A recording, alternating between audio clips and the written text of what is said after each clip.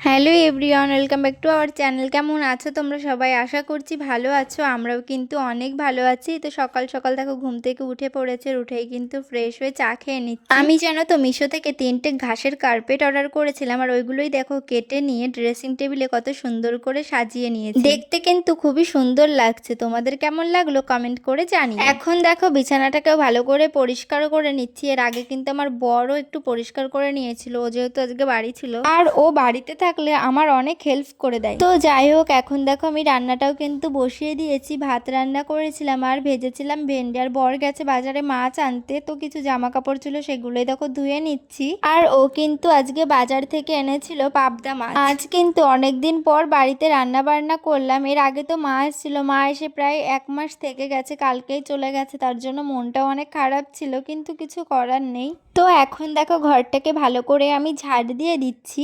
ওদিকে তো মাছের ঝোল বসিয়ে দিয়েছি। এবার জানো তো মা বাড়িতে আসলে আমি মাকে অনেক কিছু রান্না করে খাইয়েছিলাম।